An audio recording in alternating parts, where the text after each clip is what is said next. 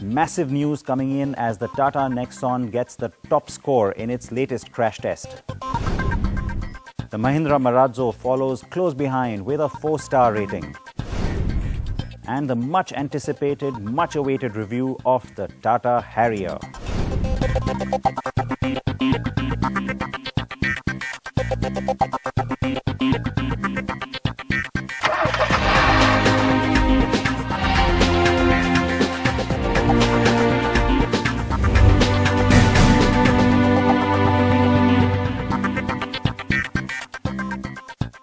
It's not always that we get to report to you on something that is history-making, record-setting. That's the kind of special episode we have for you on CNB this week. I am Siddharth Vinayak Parthankar. Welcome to this very special episode where we finally get India's first ever 5-star rated car. Yes, that moment has finally arrived. We've been really waiting for this because it's been some time now that we've been hoping and pushing for much safer cars for India. So, the first ever 5-star crash-rated car is the Tata Nexon. Yes, the same car that has always held the highest score since its August test with a 4-star rating now moves up one to go all the way to all 5 stars.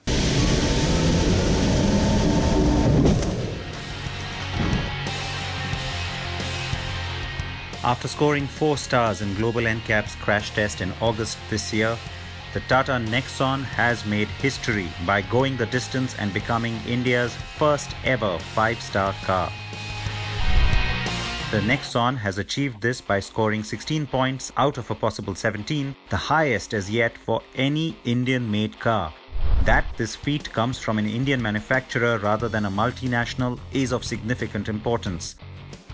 Nexon achieving 5-star NCAP is an exemplary achievement and fortifies our strategic intent for the future product portfolio. The car also underwent a side impact crash test, which is necessary to achieve this rating. But what really helped the Nexon to go from 4 to 5 stars?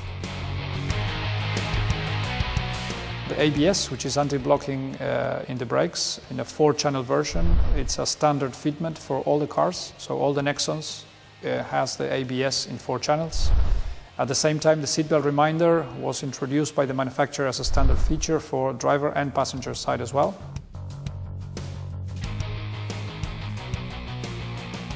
The Nexon's body shell and structure have remained unchanged, and it always had dual airbags as standard. The car retains its 3-star rating for child occupant safety. A few years back, nobody believed that safety would sell in India. However, today's Indian customers have evolved and are better exposed to international market. They are more conscious towards safety and have started putting vehicle safety among the top priorities of car purchase. The Nexon's earlier 4 and now 5-star rating is pushing other manufacturers into action too. And we now expect a flurry of 4 or 5-star cars from India. This car was entirely engineered in India, so it's not like it required expertise from elsewhere. It shows you what the Indian auto industry is capable of. It's now the 4th largest vehicle producer in the world, so it's a world player. And the other thing to recognize is that this is also the result of better crash test regulations applied by the Indian government, which from last year have applied the offset deformable crash test. So it's a fantastic success story for sort of made in India success story around vehicle safety.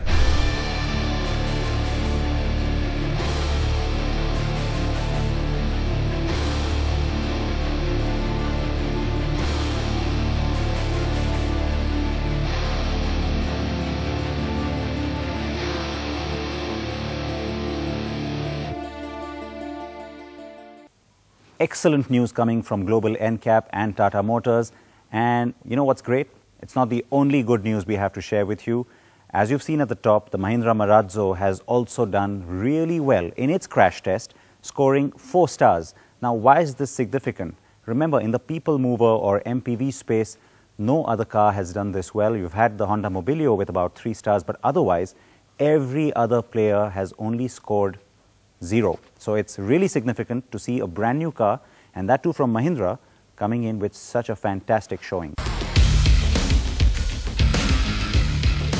The Mahindra Marazzo has become the first ever made in India MPV or multi-purpose vehicle to get a 4-star crash rating from Global NCAP.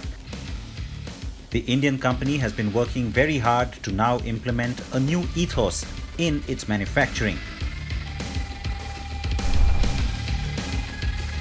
Car and Bike had exclusive access on the big day of the test. Global NCAP had the car shipped in from India a few days earlier. Its personnel, along with the engineers and experts from ADAC, which owns the crash lab and conducts all tests, then prepped the car for the test. This car has all the safety equipment that is standard on the Marazzo, including ABS and dual airbags. So the car is all the way back there, and it's about 70 meters that it will cover at a speed of 64 kilometers per hour. The calibration and testing equipment, the crash sensors and the crash test dummies, along with all the cables and cameras to record and document everything. Next came the wet paint for color coding the various body parts of the dummies. This helps to analyze points of impact after the crash to see what potential injuries occur and also what parts of the vehicle causes them.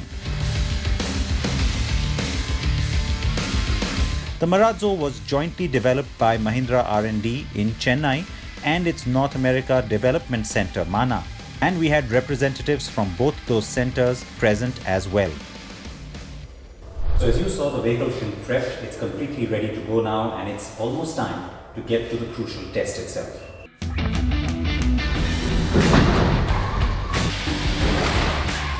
The Marazzo was crash tested at 64 kilometers per hour for the frontal offset test under the Global NCAP protocol at this lab just outside Munich in Germany. At first glance, the Marazzo appears to have done well. Good structural integrity seems evident by lack of either any deforming of the A-pillar or any perceptible intrusions into the cabin.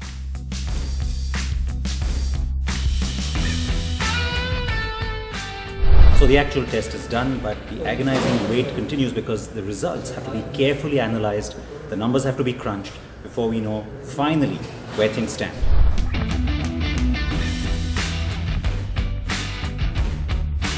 And the analysis was carried out in the subsequent days. The news was not just good, but great.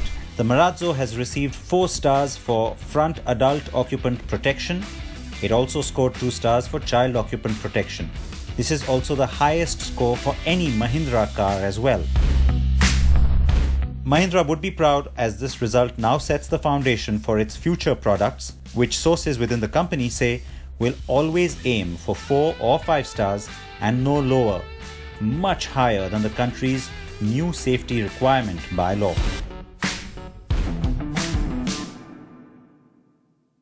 Now the Harrier, that's a car that everybody has been talking about. There's been a massive build-up ever since the H5X concept was shown at the Auto Expo. So we've really had to be patient. It is finally here. Well, in terms of us being able to drive it, review it, prices and launch information, all that happens only at the start of the new year. But hey, these are details that you've been waiting for anyway. Ameya Naik spent some time with the car on the road.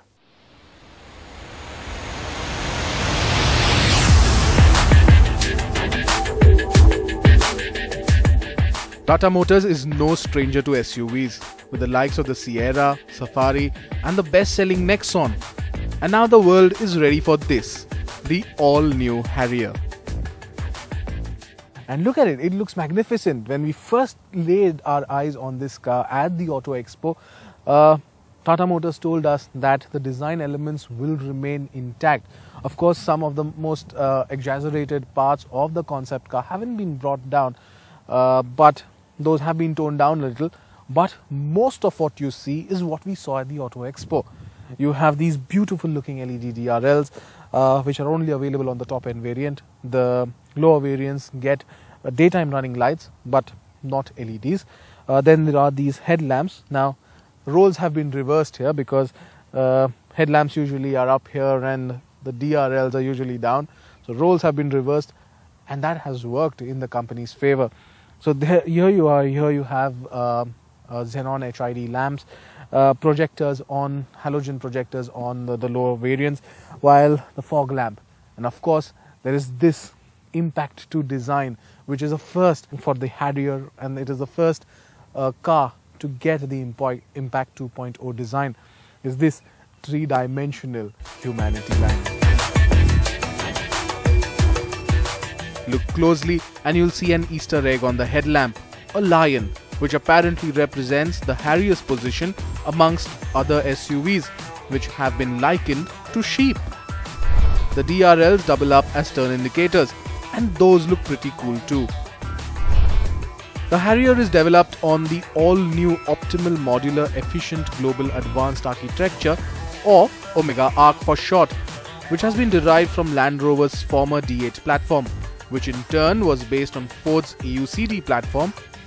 Now the side of the car is pretty low slung, so it adds to the sporty credentials of the car. Now especially the ground clearance is actually 205 millimeters, so it's not that bad, but still the way you sit in the car, it's still a bit low slung. Now all these chrome elements on the door handles, or even this chrome element that you see, which finishes off here, might look a bit exaggerated to you, but they aren't. If you see it in the flesh, they aren't. This is the first time where you actually see the Harrier badging on the car. The wheel arches too are a bit exaggerated, but they add visual mass, and even this cladding does that, adds visual mass to that entire car. And then you move on to the back, where you have these slim petal-like tail lamps and a black element which joins both the tail lamps together. And of course there's this beautiful rear spoiler right here, which adds to the entire, which is actually very proportionate and adds to the entire mass of the SUV, bringing it a sense of appeal that probably you won't find in another SUV.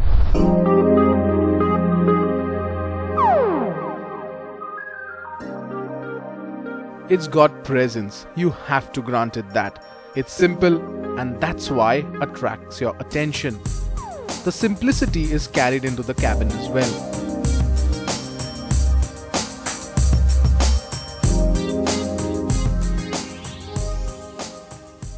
Now up front, all your controls are on your steering wheel. So the left hand side of the steering wheel mounted controls are dedicated towards the infotainment system, right hand side dedicated towards the trip, as also cruise control options as well. So here you have your floating 8.8-inch touchscreen infotainment system. The lower variants gets 7-inch system, but it's also a touchscreen infotainment system. Then there are these driving modes. Economy drive mode activated. Yeah, driving modes available for you. There's economy, city, and sport mode. Then there is the terrain response system right here, the 6-speed manual gearbox, and of course this cooled glove, where you can basically place everything. There's also just one USB port here, which is a bit odd, and expected at least 2. But what is interesting is this. This is the parking brake, and it's been inspired by, of course, aeroplanes, and it saves a lot of space and does not create any kind of hindrance when it comes to gear changes or when it's parked, and it's just slots in there. An extremely innovative design.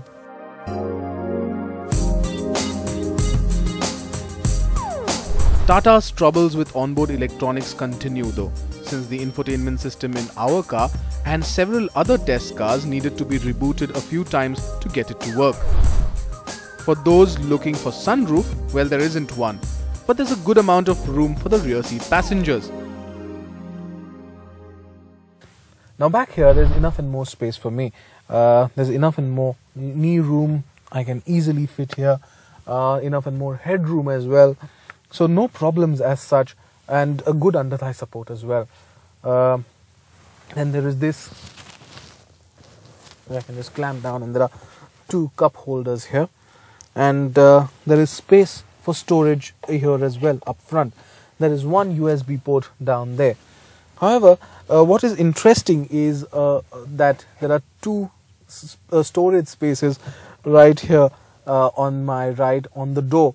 So one is where you can keep your phone and just place it there so that even if it rings you can actually see it, which is extremely interesting. And the other is a bottle holder. But otherwise this space is extremely good. There are also rear AC vents that you can see here, so enough and more air is ventilated through that. The Harrier has rear parking sensors as standard. At the top end, you also get a rear parking camera. The top end variant also gets an oak brown leather seat upholstery, while the side view mirrors are equipped with logo projection. The 9-speaker JBL system has incredible acoustics, but the feature list gives inbuilt navigation a miss. The Harrier offers 425 litres with the rear seats folded up, and with them down there's 810 litres. Good enough for a couple of baby elephants perhaps. The Harrier uses high-strength steel for greater stability and safety.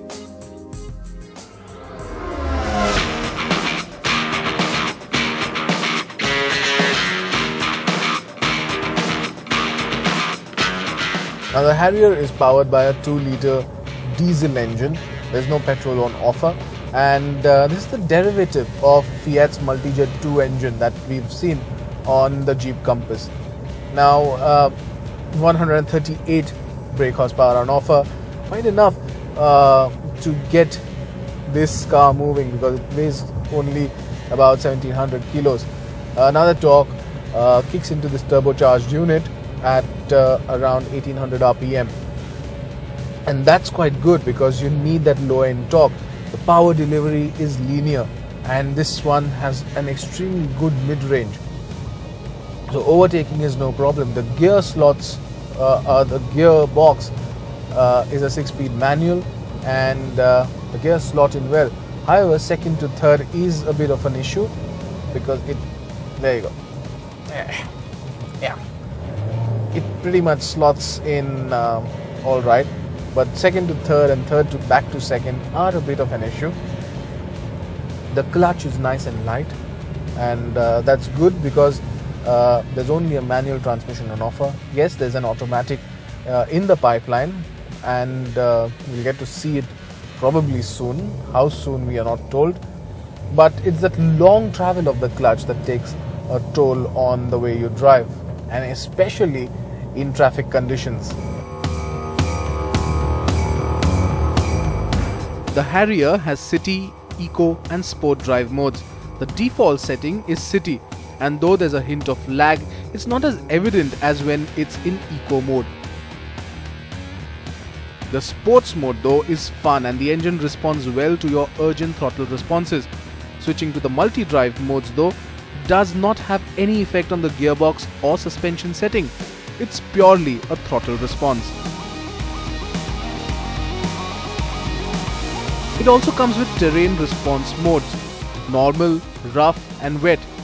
The Harrier has completed over 2.2 million kilometers of testing, and the car has been adapted for Indian conditions.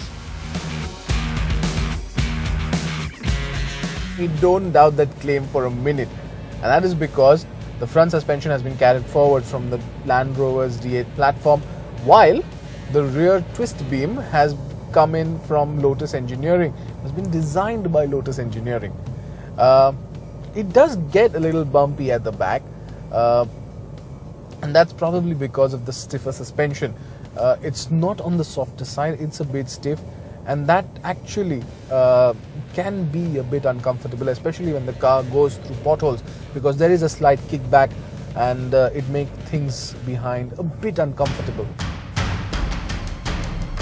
On the safety front, the Harrier comes with dual airbags, ABS with EBD, which are all standard. The top end variants get 6 airbags, ESP, rollover mitigation, corner stability control, traction control, hill descent control and more. Tata Motors plans to launch the Harrier in January 2019.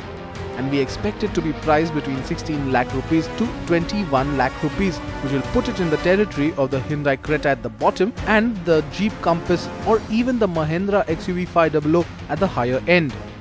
The Harrier is great looking and we think it should be priced well too, which means competition beware.